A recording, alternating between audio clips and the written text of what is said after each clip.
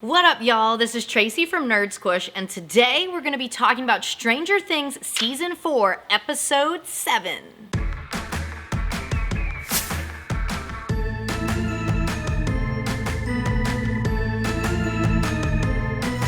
Alright, y'all, we have made it to the final episode of Volume 1 of Season 4 of Stranger Things, and oh my god, it's a good one. If you're new here, this is Nerd Squish, where we take everything spooky and we take everything nerdy and we squish it together. So if you like Stranger Things, horror movies, and pop culture, definitely hit that subscribe button so you can see more videos from us in the future. Now, before we get into all the juicy details of this fantastic episode, spoiler warnings are in order. If you have not watched the show, stop what you're doing, go no further, go to Netflix, watch the show, and then come right on back. Get a drink, come on back, watch the video, we'll be here. This episode opens up right where we left off with our hero Steve Harrington being attacked by the demo bats. But not to worry, because the rest of the crew come to save him. And of course Steve has his Ozzy Osbourne moment where he just rips a bat in half, he's spitting blood, he's got the chest hair hanging out, it's beautiful. Meanwhile, the cops that found Max, Dustin, and Lucas have brought them back to their parents at the Wheeler house for questioning. Back in Russia, Murray and Joyce, and that little rascal Yuri, are sneaking into the Russian prison, who is expecting Yuri with the prisoners. So they've pulled a little switcheroo, Murray speaking Russian, pretending to be Yuri, and he's pointing to the back where he has Joyce and Yuri pretending to be him. That gets kind of confusing sometimes when you're saying it out loud.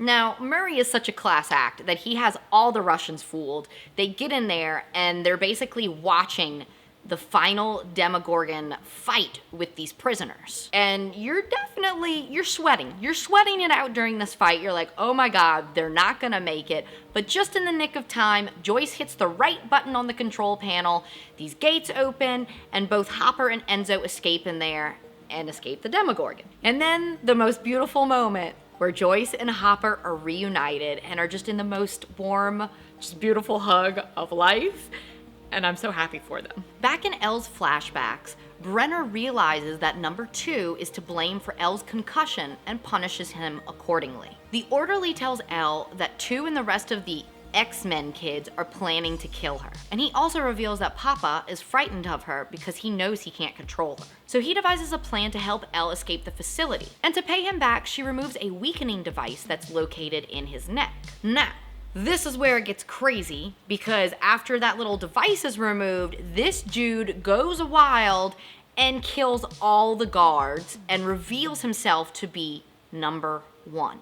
Now we go back to the Upside Down crew back in Hawkins, who decides to go to Nancy's house to retrieve guns to help them fight all these Demogorgons and Demobats and Upside Down creatures. But their plan is foiled when they realize the Upside Down is actually stuck in the past. It's November 6th, 1983. The day that Will went missing and the day that the gate was opened. So Nancy didn't actually buy these guns until after all the craziness, so they are not to be found in the house. While they're rummaging around in the Wheeler house, they realize they can hear the Hawkins crew in the right side up version of Nancy's house. And they begin to communicate with them by using a light bright, which is fantastic because I had a light bright when I was a kid and I loved that thing. It was hella tight. So basically they're using the same kind of situation that Will was using back in season 1 with the Christmas lights. Dustin and Lucas realize that a gate is opened wherever Vecna kills. So both the Upside Down and the Right Side Up Hawkins crew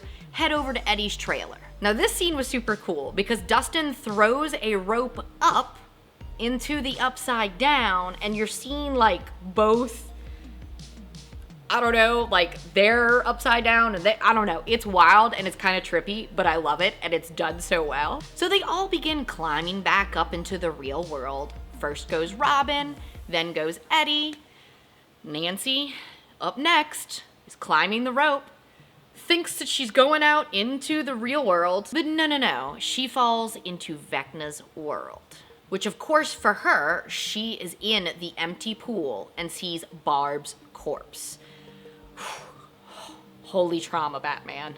So while Vecna is trying to lure her in to be like a part of his crew, he reveals the truth to her. So she's in the Creel house, following around in all these scenes that we've seen before of the Creels and what happened to them. She's following the footsteps of Victor's son, Henry Creel, who was a loner that befriended the spiders in the house because he really didn't get along with other people. He felt constrained to the rules of life and decided to follow his own to restore balance to the world. Now, while Victor Creel believed a demon was possessing his house, Henry's mother was onto him and knew that something wasn't right. After killing his mother and his sister, Henry slips into a coma and is in the care of none other than Dr. Brenner. While Nancy is learning the truth, Elle is also learning the truth when she walks into the Rainbow Room and sees that it was actually one that massacred all the kids in the Rainbow Room and not her. So naturally, one goes into a big villainous monologue like all villains have to have,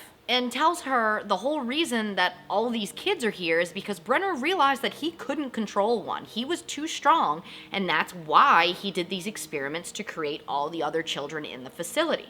But see, he believes that him and Elle are very much alike.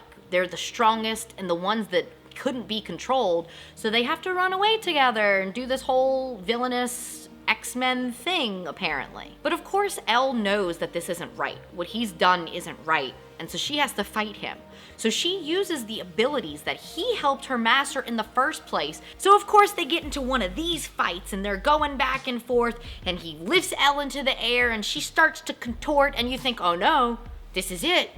But then she pushes right back on him. He hits a wall, starts to like dissipate, evaporate. I don't know, he's doing something crazy. But she ends up banishing him through a gate, forming the Upside Down, where he gets all burnt and I don't even know what's happening. But basically, he becomes Vecna. So then you flash forward, and they all move and unravel to reveal the one tattooed on his wrist. What? Okay, leave a comment down below if you saw this coming. If you pieced this together, either before this episode or before maybe like the end scenes were revealing all these truths. Because I don't know if when I watch a show, like, I don't know, I'm just trying to enjoy it and just watch it stupidly. Because like, even though I am making some guesses as to what's gonna happen, this was shocking to me. I did not see this coming. This was such a fantastic way to end Volume 1 of Season 4 of Stranger Things, and I cannot wait to see where they go in Volume 2. And I absolutely love the transition of One, or Vecna, or the Orderly. You see him in all these scenes before where he's just the Orderly, the friend of Elle's, and you know, he seems sweet, he's put together. But the way this actor can change that when you realize he's the villain, I mean, his whole face looks different. Props to him for that. I hope y'all have enjoyed these recap and reviews of all the episodes of Stranger Things Season 4. If you want to see our videos on the next 2 episodes when Volume 2 comes out, don't forget to subscribe and hit that notification bell so you can be notified when those videos hit the channel. Thank you guys for watching, and I'll catch you nerds in the Upside Down.